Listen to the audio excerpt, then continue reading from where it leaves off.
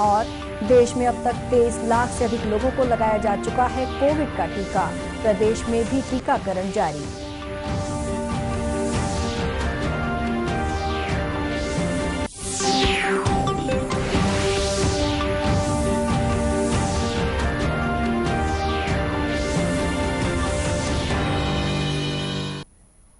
नमस्कार, आप देख रहे हैं दूरदर्शन समाचार। मैं हूं शुभ्रा भट्टाचार्य। अब समाचार विस्तार से।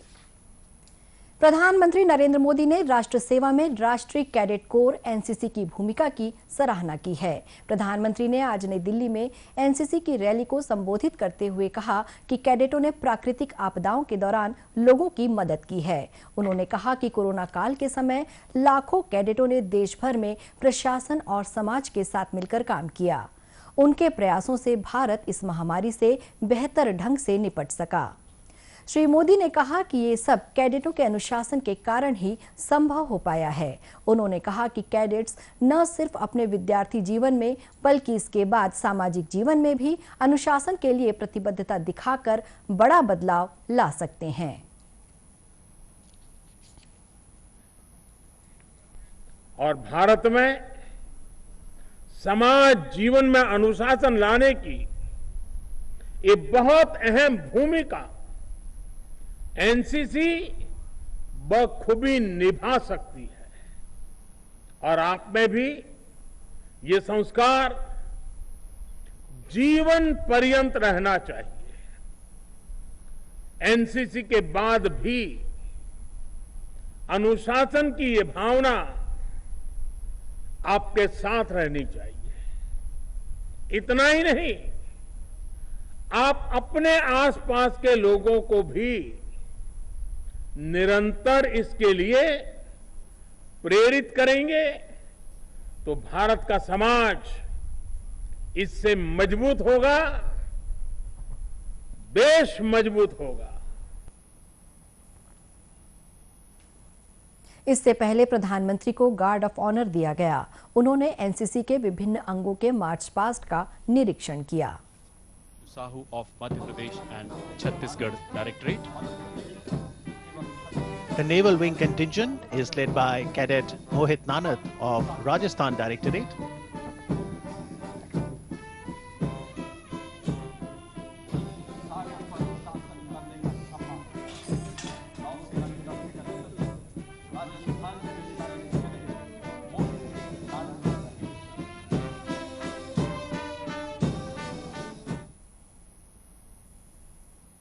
एनसीसी कैडेटों ने सांस्कृतिक प्रस्तुतियों के जरिए अपनी क्षमताएं भी दर्शाईं। उन्होंने पैरासेलिंग का प्रदर्शन करते हुए रोमांचक करतब दिखाए।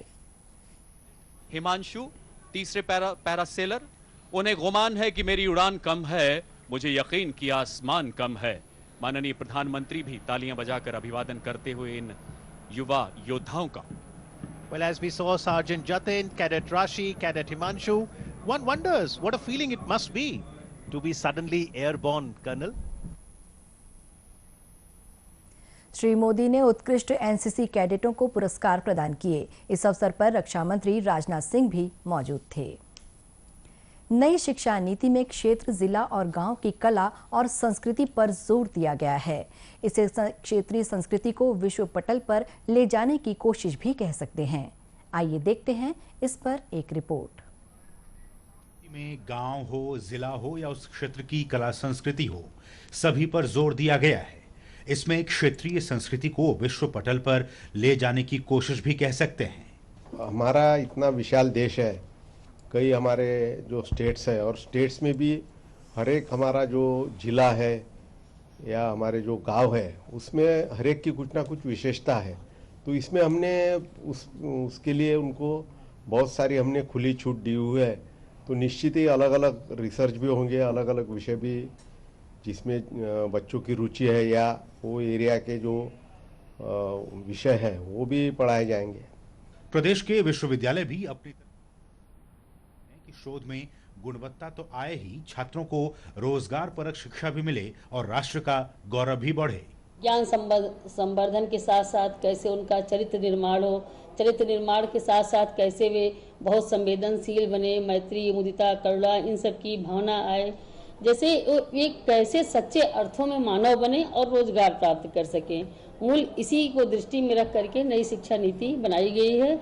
ये शिक्षा नीति छात्रों और शोधकर्ताओं को केंद्र में रखकर बनाई गई है। आज पौष मास की पूर्णिमा है। छत्तीसगढ़ में ये दिन लोक पर्व छेरछेरा के रूप में मनाया जाता है। इस दिन पुण्य स्नान के साथ ही नई फसल के अनाज का दान किया जाता है। ये पर्व लोक जीवन में दान के महत्व और देने के सुख के साथ ही सामाजिक समता का संदेश भी देता है। इस पर्व में छोटे बड़े या ऊंच नीच का कोई भेदभाव नहीं होता। पर्व की परंपरा के अनुरूप प्रदेश के मुखिया भूपेश बघेल ने कांकेर के लोगों से छेरछेरा पुन्नी का दान मांगा। बस ठीक है हटवाना नहीं बस।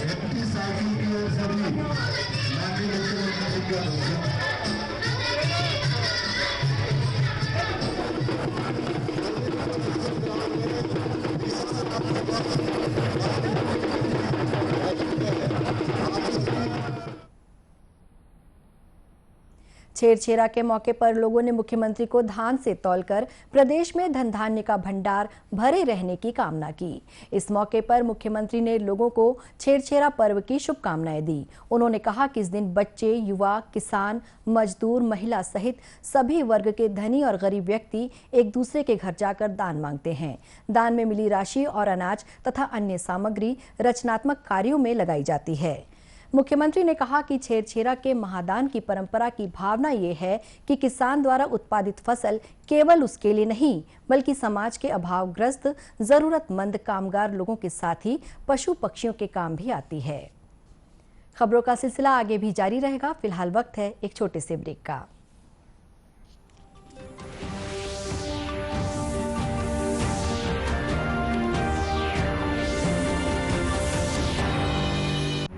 वैश्विक महामारी कोविड-19 जिसका कहर संपूर्ण मानव जाति को अपनी आगोश में ले चुका है। टीका या दवाई उपलब्ध होने तक महामारी के खिलाफ मानवता की जंग जारी है। अब जब अनलॉक 5 के तहत लगभग सारा देश खुल गया है, तब और भी आवश्यक है कि हम सतर्क रहें। ऐसे में सबसे जरूरी है समझदारी और बचाव।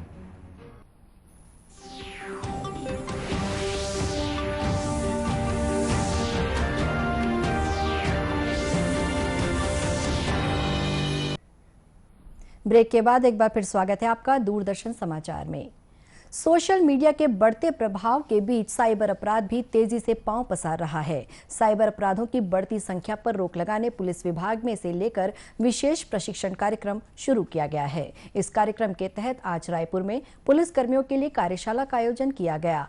साइबर क्राइम प्रभारी रायपुर रमाकांत साहू ने बताया कि साइबर अपराध को गंभीर अपराध मानकर उसकी पड़ताल के तरीकों के बारे में पुलिस कर्मियों को बताया जा रहा है। आज के समय में जो बढ़ते साइबर अपराध हैं उसमें ज़्यादातर सभी थानों में ये साइबर सेल पर निर्भर हैं। इसलिए कोशिश ये है कि किसी भी तरह के साइबर अपराध की जानकारी जब थानों में आए तो स्वयं अपने स्तर पे एक बेसिक जानकारी जो उनके पास हो और उसके आधार पर विवेचना लेके आगे बढ़ सके, सिर्फ एक जगह डिपेंडेंसी ना रहे। इसलिए इस कार्यशाला का आयोजन किया गया है और कोशिश ये है कि सभी विवेचकों को हर महीने इस तरह के कार्यशाला आयोजित करके जानकारी दी जाएगी। कार्यशाला में मुंबई के साइबर अपराध अन्वेषक गोविंद राय ने कहा कि किसी भी नेटवर्किंग साइट से खरीदारी साइबर क्राइम के लिए रास्ता तैयार करती है। Amazon, फ्लिपकार्ट तो एक लेजिट प्लेटफॉर्म है, बट जो शॉपिंग साइट जैसे जो आप जिस कॉन्टेक्स्ट में आप बता रहे हैं, अभी कैसा हो रहा है कि फेसबुक एंड ऑल के ऊपर काफ़ी सारे शॉपिंग साइट्स होस्ट किए जाते हैं। किसी ने एक वेबसाइट बना दी जो कि अफिलिएट मार्केटिंग कहते हैं हम। किसी ने भी एक नॉर्मल शॉपिफाई का पोर्टल ले लिया और अफिलिएट मार्केटिंग की एक पर्टिकुलर अपनी साइट बना ली, उसका ऐड लगा दिया फेसबुक के ऊपर। लोग ऑर्डर कर रहे हैं प्रोडक्ट और प्रोडक्ट कभी आ ही नहीं रहा है। एंड हमें क्या लगता है कि यार प्रोडक्ट तो 500 रुपये का था, 1000 रुपये का था, बट अगर उसको पैन इंडिया लेवल पे आप देखेंगे करोड़ों का स्कैम होता है। अगर उस वेबसाइट को देखेंगे, अगर वो ऐड के अंदर मान लीजिए 1 लाख रुपए लगा रहे हैं तो कम से कम 10 लाख लोग उस ऐड को देख रहे हैं, कम से कम। उसमें से अगर 1 लाख लोग भी उस चीज़ को या 50,000 लोग भी खरीद रहे हैं, परचेज कर रहे हैं, 50,000 इंटू 500 कर लीजिए आप। So that is how the scams are working right now. बड़े लेवल पे चीज़ें चल रही हैं। इट इज़ जस्ट कि लोग इतने अवेयर नहीं हैं, लोग अनट्रस्टेड प्लेटफॉर्म्स को जाके वहाँ पे शॉपिंग करते हैं, अपने बैंकिंग डिटेल्स दे देते हैं and that's how they lose the money. कार्यशाला में सभी वक्ताओं ने सोशल मीडिया के अंधाधुंध इस्तेमाल पर चिंता जताते हुए सावधानी बरतने पर जोर दिया। कोविड-19 संक्रमण से बचाव के लिए देश में अब तक 23,55,000 से अधिक लोगों को टीका लगाया जा चुका है। केंद्रीय स्वास्थ्य मंत्रालय के मुताबिक कल 3,25,000 लोगों को कोरोना से बचाव का टीका लगाया गया। वहीं प्रदेश की स्थिति पर गौर करें तो 11,619 लोगों का कल टीकाकरण किया गया। बलौदाबाजार जिले में प्रतिदिन के लक्ष्य के मुताबिक 582 लोगों को टीका लगाया गया, जो लक्ष्य का 100% था। रायपुर जिले में 1366 और दुर्ग में 1010 लोगों का टीकाकरण किया गया। इसी तरह बालोद जिले में 479, बेमेतरा में 507, बिलासपुर में 508 लोगों को टीका लगाया गया। इस तरह सभी जिलों के आंकड़ों के मुताबिक कल 17,250 लोगों का टीकाकरण किया जाना था। कल शाम 6 बजे तक इनमें से 11,619 लोगों को टीका लगाया जा चुका था। जांजगीर चांपा में आयोजित राज्य स्तरीय खो-खो प्रतियोगिता में दुर्ग की टीम विजयी रही। जांजगीर चांपा के मालखरौदा में आयोजित इस स्पर्धा में 6 जिलों की 19 टीमों ने हिस्सा लिया। प्रतियोगिता का फाइनल मैच दुर्ग जिले की उरई और जांजगीर चांपा की मालखरौदा के बीच हुआ, जिसमें उरई दुर्ग की टीम ने बेहतर प्रदर्शन करते हुए जीत हासिल की। कांकेर की टीम तीसरे स्थान पर रही।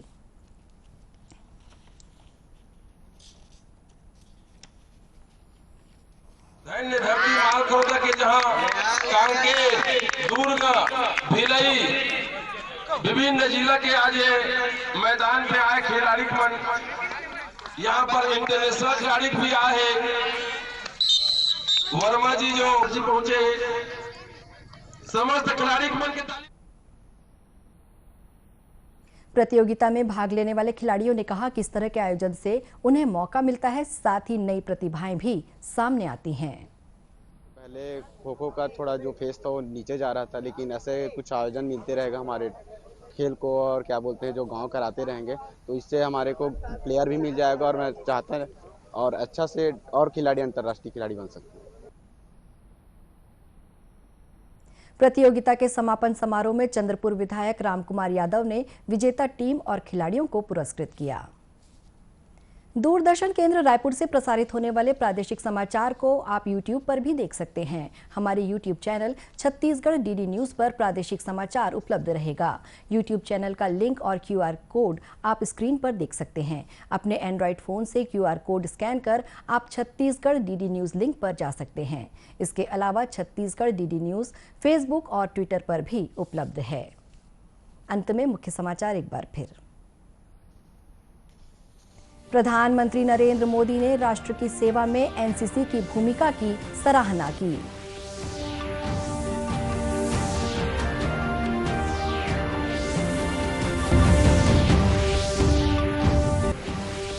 प्रदेश में मनाया जा रहा लोक पर्व छेरछेरा, मुख्यमंत्री ने कांकेर की जनता से मांगा दान।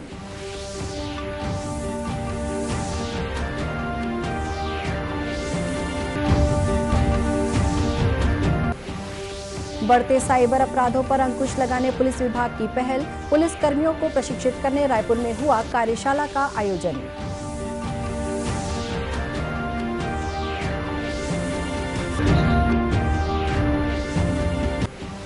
और देश में अब तक 23 लाख से अधिक लोगों को लगाया जा चुका है कोविड का टीका, प्रदेश में भी टीकाकरण जारी। कोरोना से बचाव के लिए मास्क, सैनिटाइजर के साथ ही सोशल डिस्टेंसिंग का भी पालन करें। कोरोना को हराना है, मास्क जरूर लगाना है। इसी के साथ ये समाचार बुलेटिन समाप्त हुआ। नमस्कार।